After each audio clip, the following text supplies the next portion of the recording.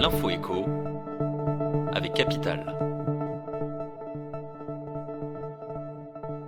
Le chiffre du jour, 135 €, c'est ce qu'il faudra payer en cas de fraude au pass sanitaire. Dans une circulaire publiée ce lundi et relayée hier par le journal du dimanche, l'objectif du gouvernement est clair. Face au nombre de fraudes grandissant, il faut apporter une réponse pénale efficace, dissuasive et rapide pour faire face au rebond de l'épidémie. Ainsi, présenter un pass appartenant à une autre personne sera désormais durement sanctionné. Mais attention, l'amende ne s'arrête pas à 135 €. Si l'inculpé récidive dans les 15 jours après la première infraction, la seconde amende s'élèvera à 1 500 €.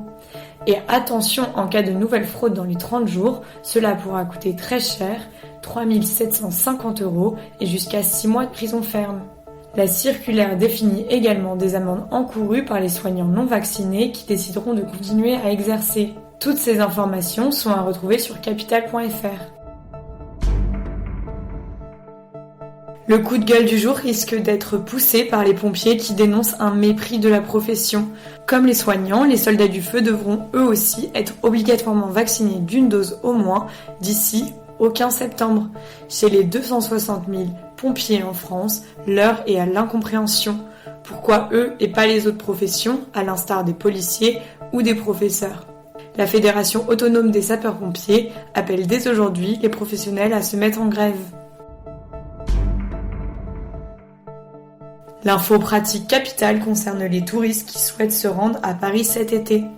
Vous préférez le bus au métro pour déambuler dans les rues de la capitale ? Vous avez peut-être remarqué un grand changement pour acheter un ticket dans ce type de transport.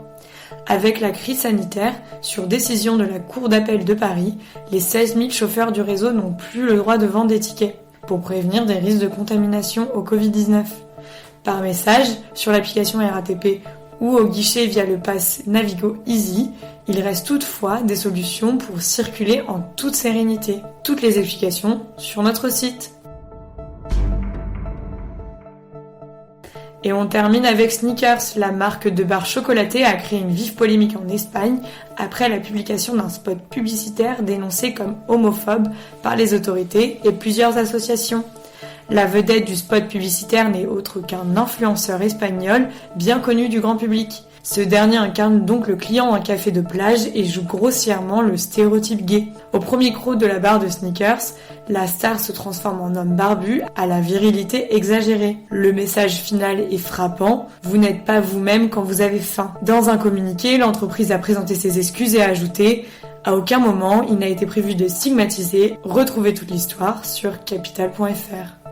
C'était l'info écho avec Capital.